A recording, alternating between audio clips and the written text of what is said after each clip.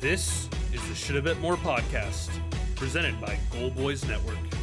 Here's your host, Will Hill.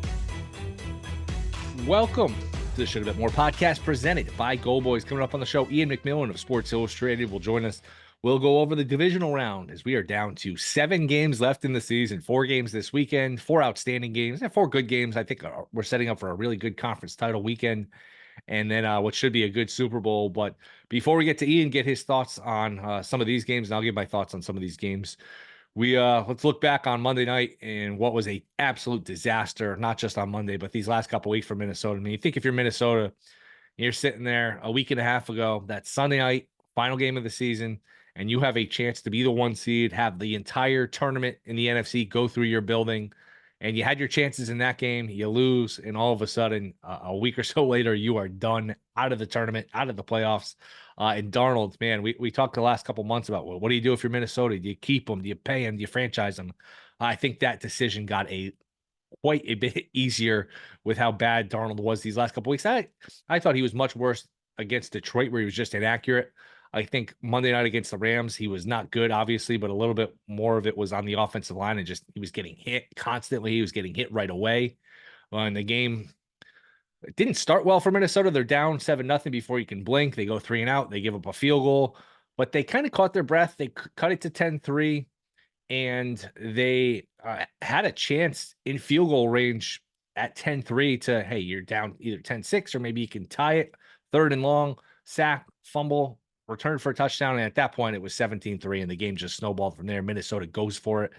4th down from midfield. Their next opportunity with the ball, which I had no problem with. They get stopped, sets up a short field, and it's 24-3 at halftime. And you basically could have turned the game off then. Minnesota, 1 garbage touchdown in the second half. And they scored 1 touchdown their final 2 games. And this is just really incredible, because you watch Minnesota all year, you watch Darnold all year. Man, it was hard to watch him and not trust him. That's how good he was for 90% of the season. And I know it's harsh to say, hey, you had 2 bad games, see ya, go somewhere else. But that's what's going to happen, whether it's the Steelers, the Raiders. There's enough teams that need a quarterback. He played well enough to have a seat here. It's a game of musical chairs. There's 32 teams. There's not 32 good quarterbacks to go around, and he showed you enough where he's going to get a job. But I wouldn't imagine it's not with Minnesota. They drafted McCarthy 10th overall. They have him on a rookie deal.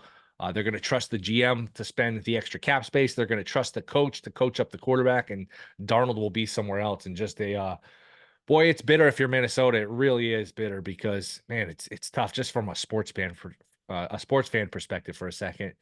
You have this team that, not expecting much. They start off 5-0, and they kill the Texans and the 49ers and the Packers, and had a chance to beat Detroit to go 6-0. And boy, if they had won that game early in the season, they would have been the 1 seed. And you have this dream season, a team you like, a team that's just, man, they're exceeding your expectations. They're fun to watch. There's nothing like an unexpected season from a team where you just don't have much coming in terms of expectations, and then you sit there and you're 5-0, you're 14-2, eventually 14-3, a 5-game winning streak, a 9-game winning streak, and then you blink and you realize you're not playing another game for 9 months. And by the time you play again in September, September 9th, 10th, whatever that first NFL Sunday is, you're 0-0, just like everybody else. You have to start from scratch and go all the way back up the ladder, and you didn't even have a playoff win to show for it. At 14-2, 14-3, to come up with nothing is a really bitter pill. And it's just, man, it is tough being a sports fan sometimes. Just only 1 team wins. It's hard to win. I understand that. And it really hits home sometimes when you have a season like this as a fan, where just you come up empty, and it really is. There's a saying, winning isn't everything, but losing sure is nothing. And there's certainly a nothing feeling to it when you have a end of a season like this for Minnesota. But the Rams, give them credit, quarterback, a coach, a pass rush. Not sure how you feel about them this week in Philly, because you're talking about an LA team now playing outdoors, hostile environment, cold weather. They're on shorter rest than Philly.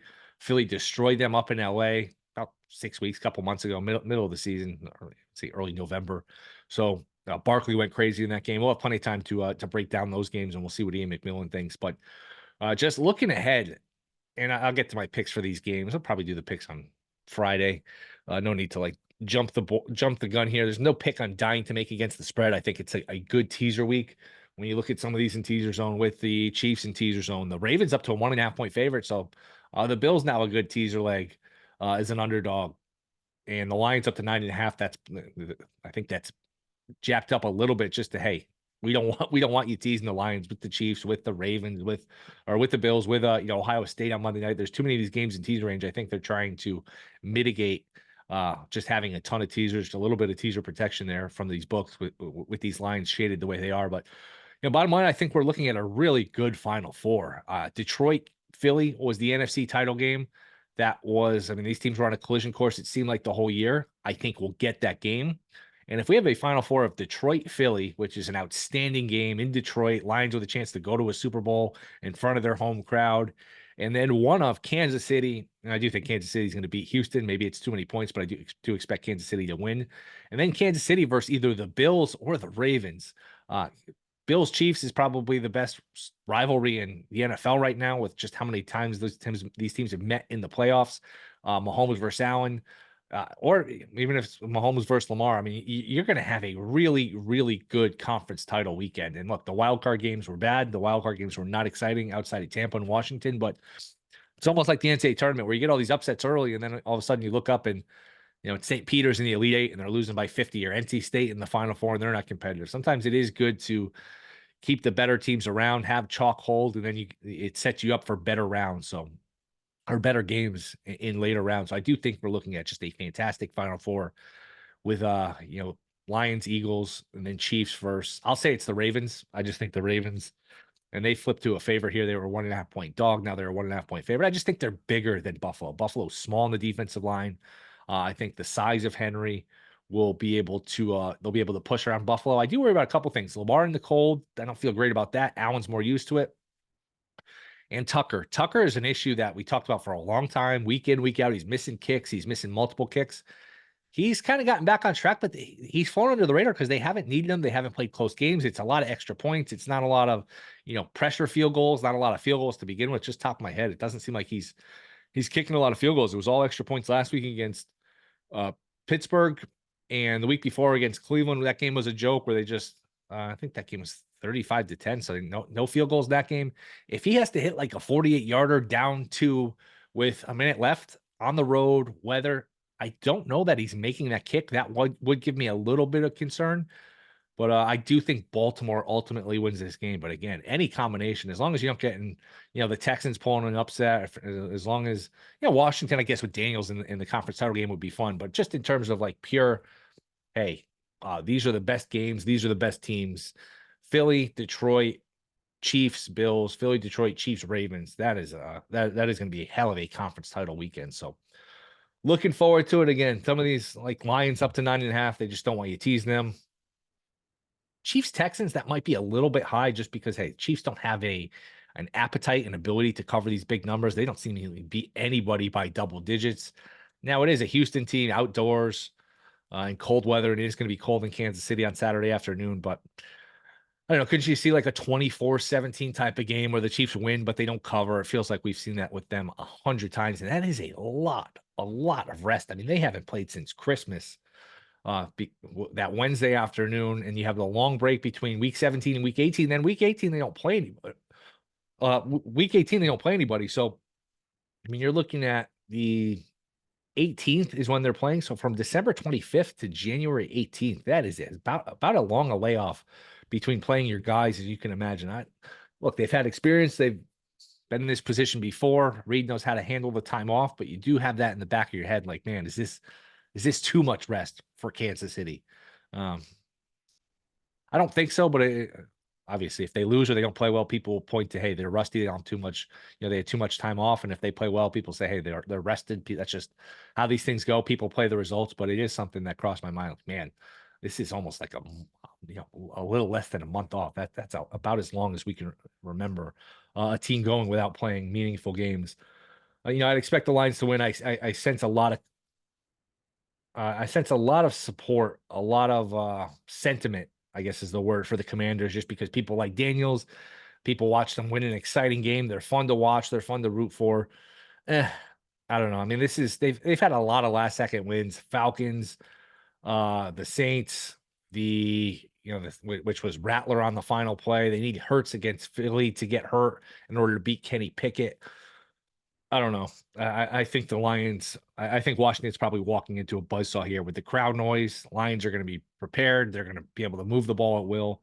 I'm not dying to take the points here with Washington. I know our buddy Parles texted me as soon as Washington won. He goes, "I want this on the record right now. Washington's going to win the game straight up." I'm not as convinced. So fun games, and I think you look ahead and really fun games. As long as chalk holds, we are looking at an incredible conference title game weekend. So only 7 games left. We'll give out the picks on Friday. Talk about we could still do the national title game on for the Monday show because that's not till next Monday, and that is a weird schedule where there's just there's long layoffs between the games. I actually don't think it's helping the juice for these games where you play on New Year's, then you play on a random Thursday night, Notre Dame, Penn State, and then you take another 10 days off. It's just there's no feel, there's no rhythm to these college games, but should be a pretty good final. I would think there's a lot of excitement, I would think, just because it's Notre Dame in it, going for their first national title game in forever. Ohio State is a marquee team. I would expect Ohio State to win that game. Is it too many points, like Kevin O'Neill said the other day on the show? Maybe, but not dying to bet Notre Dame in that game. But let's talk more of these divisional round matchups with Iain MacMillan. That is next. This is Shoulda Bet More podcast. All right, we are back. Shoulda Bet More podcast. You can catch him where he does a fantastic job for SI Betting, Bacon Bets podcast. He's our buddy, and he's back. Iain MacMillan. Iain, what's going on, man? Not much, man. The grind of the football season's almost it's almost over. 7 games left after we were 278 games into it. 7 games left.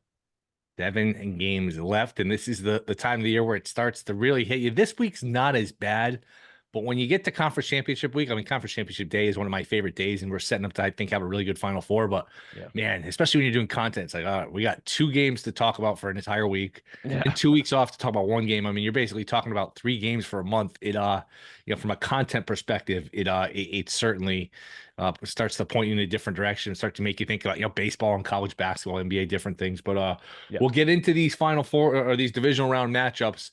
But just quickly on the Vikings, Darnold, boy, I don't know how you pay him if you're Minnesota. I would imagine they don't. Vikings go from being 14-2 and having a chance at the 1 to exterminated 8 days later. Just brutal if you're Minnesota. What's the fallout here? Do you anticipate this means they go to McCarthy and Darnold ends up where next year? Yeah, I think they likely do go with McCarthy. I think probably they're going to do that anyways. And then now the final 2 games kind of solidified that game plan, especially because those were the 2 biggest games of the year. So you can't really trust him in a big spot moving forward. Where does he end up next year? I mean, there are a lot of possibilities. I would think maybe he doesn't sign until after the draft, because maybe teams are going to see if they can get a young guy. I mean, the Steelers obviously seem like that'd be a very Steelers move for them to do.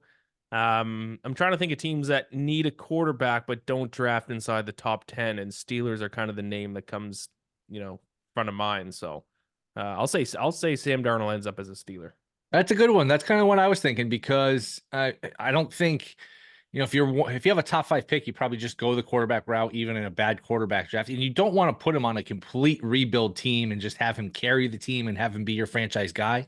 Yeah. But if you put him on a team with a pretty good defense, and you got Pickens and maybe add some skill guys, he, as we see this year, he can be kind of the missing piece, at least for a little bit, until he falls apart. So yeah, Steelers make some sense. What do you make of his play the last 2 games? Is this just, the clock striking midnight on Cinderella? I know the offensive line was bad on Monday night. What do you take of this fall off here?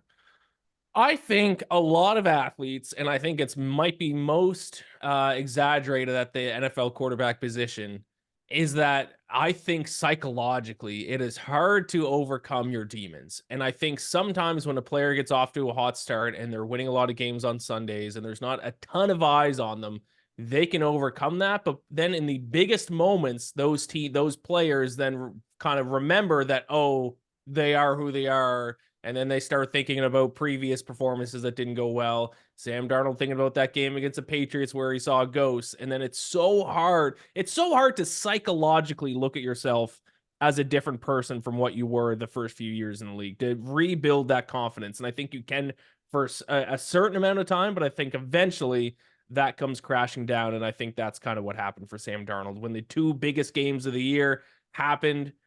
And then in the game, you make one bad throw, and then you're just those issues are going to just kind of multiply as the game goes on. So credit to Sam Darnold for even getting to that point, but also it sickens me to think how much money he's lost in future contracts in 2 weeks. Yeah, I mean, he'll still get a decent buck just because, hey, I mean, it's the game of musical chairs. There's just 32 teams and there's not 32 quarterbacks to go around. And for the most part, he was good this year. But yeah, that's going to cost him some money. And that was a big reason I liked the Rams here coming in was, man, if there's 10% carryover from how bad he was in that Lion game, good night, you're in a lot of trouble. And the Vikings were in a lot of trouble. But we got 4 games this weekend. Let's get into them. Chiefs right now laying 7.5 to the Texans. The Texans in their customary Saturday 4:30 Eastern time slot, which they are mandated by law to play in, apparently. Boy, Chiefs don't have a lot of appetite for covering these big numbers, winning by 2+ scores, winning by double digits. So just on the number, I guess I'd go with Houston just because I got a quarterback. I've got a defense. Chiefs are a great teaser leg. What do you make of this game? Yeah, unfortunately, I'm obligated to take the Texans because I became very anti-Chiefs mid-season. I got in a war with Nick Wright. I then guaranteed to everyone that the Chiefs would lose their first playoff game. I did not envision the first playoff game was going to be against the Texans, unfortunately. So I have to kind of stick with that and take the Texans. But if I were to make an argument for the Texans, I think the most compelling one is obviously their defense, their secondary, but specifically their third down defense, because if you actually look at Kansas City's offense throughout the season, especially when they were winning all those games that they didn't necessarily look like they deserved to win, why they were winning those games is their third down offense. If you look at numbers like EPA, success rate, even like yards per snap, first down, not good. Second down, really not good. Third down, the best team in the NFL, and it's not even close. If you look at Patrick Mahomes' numbers as a quarterback, first down, not good. Second down, not good. Third, the best quarterback in the NFL by a mile. So if there's a team out there that can stop the Kansas City Chiefs, it has to be a team who defensively can step up on third down, and the Texans are that team. The Texans have been very good on third down all season.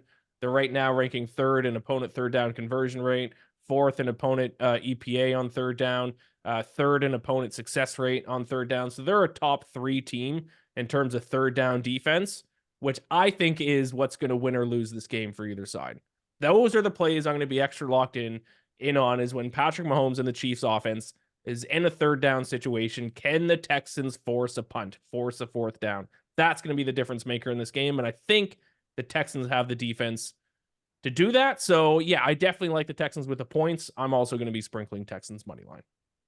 All right. Too much rest for the Chiefs. Plenty of rest where, hey, they know how to handle this time off. I mean, they haven't played a meaningful game since Christmas, which is just crazy. It seems like so long ago, which it is, because not only do they rest the week 18, but that gap from week 17 to week 18 playing on the Wednesday. I mean, that's December 25th. And you look up and they'll be playing in January, 19th, 18th. Is this too much rest in your mind? I think it actually is. Now, I think you can overcome that based on how a team practices, but I have no idea how the Chiefs have been practicing. I think I think you should have some up-tempo, some heavy practices for your starters probably last week and maybe even at the start of this week. I don't know if they're necessarily doing that, but I certainly wouldn't be shocked if they come out flat in the first half, which is another reason why I think the Texans might be able to take advantage. I mean, there's an argument to be made. And I mean, NFL coaches feel differently about this as well. Some coaches like Sean McVay always rest their starters when he can. Dan Campbell showed he will not rest his starters no matter what. There's a philosophy difference. I lean more on the side that I would rather my players play. If I was an NFL head coach, I do think momentum is big. I think you can be a little bit rusty. I mean, even, this is a little bit of a slightly different situation, but look at quarterbacks who don't play in the preseason the past number of years. They've all gotten off to slow starts to start the regular season. Now that's different because we're talking about an entire offseason of not playing. But I do think it carries over a little bit, especially in this situation where it's going to be 2.5 weeks since the Chiefs have played. I do think they're going to come out slow. Now, if any team can overcome that, it's probably the Kansas City Chiefs, who have a lot of experience the past number of years resting and having bye weeks in the playoffs and 2 weeks off before the Super Bowl. And, they're experienced in that aspect. But I do think that that is something that could work in the favor of the Texans if they can come out hot. Now, I'll say this, though. Texans came out hot against this team and went up 24-0 a few years ago in the playoffs and then lost by 20 points. So maybe they need more than just a hot start. Yeah, same round too, which I thought about that game too, but it's because Watson was the quarterback and it's different coach, different quarterback. It doesn't even make it feel like it's the same teams, but it is, and it's it's going to be almost 5 years today, and that was a strange game where the Chiefs, like you said, down 24-0, and I think they had a double digit 24-0 mid second quarter and had like a double digit lead at half. That was just man, it scored 4 quickly. touchdowns in the second quarter. I had the Texans too, and man, that was unfortunate. The next game, Saturday night, Lions now laying 9.5 in some spots here to Washington. They're basically putting this in the zone where, hey, do not tease this game. We don't want you teasing the Lions with the Chiefs, with all these other games here that are in the teaser zone, even Ohio State on Monday. So I sense a lot of sentiment for Washington. I get it. Daniels is tremendous. I just think they're probably walking into a buzzsaw here. I can't quite get behind Washington. It'd be Detroit or nothing for me. Do you have a play on this game? I'm probably just going to go ahead and bet the over. I need to take a look at the Lions injury report. Are they getting back anyone on defense? I know Alex Anzalone came back in week 18, which is huge for them. Are they getting any corners back? Terrion Arnold's questionable. I think that's going to be big, whether or not he plays this weekend. I'm probably just going to take the over because I've been trying to fade the Lions in the past few weeks because of how banged up their defense has been. But then their offense just goes out and scores 40 points anyways. So it's hard to fade a team when their offense is just going to make up for every issue defensively. I do think 9.5 is a touch too many, especially with how elite the Commanders' offense is, how Jaden Daniels has looked, especially late in games. But I think, total 55.5. I know that's a relatively high total, but I think I'm just going to go ahead and bet the over. I don't really want to touch either side on this one. Yeah, I just feel like Detroit will be able to run the ball pretty effectively in this game. For sure. And the crowd, and they have a major advantage in terms of the crowd noise. Sunday afternoon, and this is it starts to hit home. No more games Sunday 1:00 Eastern. This is a Sunday 3:00 start. We are done with Sunday at 1, which is kind of speaks to our point of, man, this season is wrapping up quickly. Yep. Eagles laying 6 against the Rams. If you're making a case for the Rams, I get it. You got a quarterback, you got a coach, you got a pass rush, which was ferocious on Monday against the Rams. Against the Vikings, I do worry a little bit. Hey, you got a LA team, short week, outdoors, hostile environment. I don't have a strong feel for this game at the moment. What do you think? Love the Eagles in this spot. I'm not high on the Rams. I actually thought the Rams were arguably the weakest team in the playoffs. I think they did catch a Vikings team that regressed at the worst time possible. I think any playoff team, and even some non-playoff teams, would have beat the Vikings this week, unfortunately. Not high on the Rams whatsoever. I got a lot of issues with them. I mean, the Eagles, it wasn't that long ago. What week was it? Week 12? The Eagles just beat the Rams in Los Angeles, beat them by 17 points, and Saquon Barkley went for 255 yards on the ground in that game, if people remember. So I see a very similar result in this game. The Rams have kind of struggled to stop the run all season. They have allowed 4.6 yards per carry. That's 26 in the NFL. Bottom 10 in opponent rush EPA. I think this is a stylistic nightmare for the Los Angeles Rams. And Matt Stafford looked good last night, but I don't think people are aware how not great Matt Stafford played this season, especially in the second half. I think it's been his worst season since he joined the Rams. I think he's kind of, on the backside of his career. I think we're starting to see a little bit of regression due to age from Stafford. And the Eagles are a near perfect team, to be completely honest. They don't really have any weak points. They can throw the ball, they can run the ball. They're great in the trenches, great secondary. Maybe their weakness is kicker. Jake Elliott has not had a good season kicking, but other than that, and this has kind of been the story of the entire season, right? I mean, the best teams win, and if you're not part of that elite group of 5 teams, the Chiefs, Bills, Ravens, Eagles, and Lions, you're just not going to win. And I think we're going to see 4 of those 5 teams in the conference championship. Unfortunately, the Ravens and Bills have to play against each other. I think they're both better than the Chiefs, but I think at the end of the day, we're going to see I know I picked the Texans, but I do ultimately think it's going to be Chiefs, Ravens, Bills, Eagles, Lions, and that's kind of been the way all season. I don't think anything is going to change in the playoffs. Ravens now a 1.5 favorite against the Bills. I'm not surprised they flip favorites. Ravens are really, really good, and I just worry Buffalo. Do they have the size to hold up against Henry, against the running game? Yeah. They're just a little small on the defensive line. Again, Buffalo at 1.5. That's a good teaser leg. Whoever's underdog by 1.5, you figure this would be a close one-score game. It's a fantastic game. They played early in the season, week 4. Baltimore dominated, but that game was in Baltimore. Good game, both pressure on a lot of quarterbacks. Lamar goes out in the second round again after the season he had. He's going to hear about it, especially if he wins an MVP. But take it away. What do you think your Ravens and Bills? So I have not locked in my pick for this game yet. I got to make a decision. If this game was a neutral site, if this game was played in a dome even, I would take the Ravens, no questions asked. I think they are the more complete team. I think the Bills have a lot of issues defensively that not enough people are talking about. I have concerns about Lamar Jackson in Buffalo in what's going to be freezing temperatures.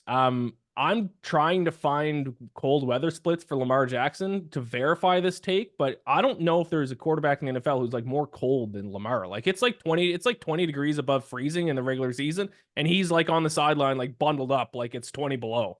Now he actually needs to go to a place where it is going to be freezing cold in Buffalo. I mean, he even said, I think it was last week in a press conference, he talked about how much he hated playing in the cold. Now, the great equalizer, and he followed up that statement with saying exactly this, is they also have Derrick Henry, who, can you think of a running back that's going to be more difficult to tackle in freezing cold temperatures than Derrick Henry? So I don't know, man. I think the Ravens overall are the better team, but I think the Bills playing on their home field in freezing cold temperature, and with a quarterback in Josh Allen who is not bothered by the cold, who's used to playing in the cold, I think the Bills having home field advantage is massive in this game. So I don't know which side I want to go with. Do I want to go with the team that I do think from top to bottom is the better team in the Ravens? Or do I want to go with the team that's at home in a game that I think has a significant home field advantage in the Bills? I don't know, to be honest, Will. I haven't chosen. What's your take on that one? I would just lean towards Baltimore because I just think they're better than Buffalo by enough. By more, I guess, than what home field is worth. When home field is worth something, and you laid it out perfectly why, I would have a little concern with Tucker, which like that's been kind of something that's died down recently because they've been in so many blowouts, and he's basically just been kicking extra points. They've been able to hide him. But man, if I'm down 2 and I got to have him kick like a 46, 47 yarder with 30 seconds left, I don't know if he's thinking on the road with some wind, some cold. So Tucker's one that's kind of got flown under the radar after being a big story for a while. But I do think Baltimore just has I don't want to say a much better team. I think it's a good matchup for them. I think Buffalo's too small defensively. I think Baltimore will be able to run the ball. Should be a hell of a game, though. I can't wait for this one. Defensively, the Ravens are definitely better. So in the second half of the season, the Ravens have been arguably the best defense in the NFL, if not the best, top 3. And the Bills have not been. Bills have been a below average defense at best in the second half of the season. So yeah, if you just line these, 2 teams up and just look at it on paper, the Ravens are the better team. And yeah, I don't disagree with you. That might be enough of a difference for me to just go ahead and take the Ravens. And I mean, it looks like pro bettors, sharp bettors are on that side too, because the line flipped, right? -1.5 it opened for the Bills. Now it's -1.5 for the Ravens. So, yep.